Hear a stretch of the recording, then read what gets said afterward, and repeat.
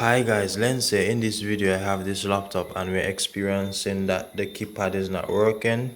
I'm going to show you how to quickly fix this. This one is a Acer laptop, and if you find that you're not getting any touch whatsoever, this laptop is still in pretty good condition, so we know that the touchpad is actually still working, right? And one of the things that can cause this issue, it can be a driver issue. So you can use a external mouse and you can check the drivers in device manager and ensure that the drivers are updated. Well, for this laptop I am going to show you how to quickly fix this issue. Well, what I am going to do, I'm going to go straight to the BIOS, right guys? You hit F12 for Acer laptop, you go straight to the BIOS. I already know how to fix this laptop, so I am just going to show you guys, right?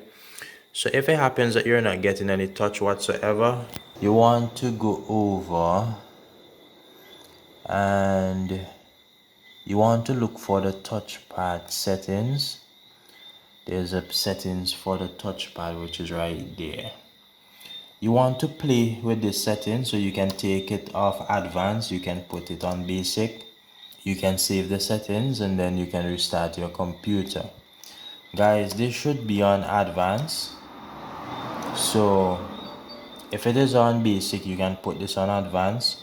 You can switch it around. It should work on both settings. It should work on both settings, but if for some reason you are experiencing any issues, you can change the settings here from advanced. You hit enter, then you can use the up and down button here to navigate.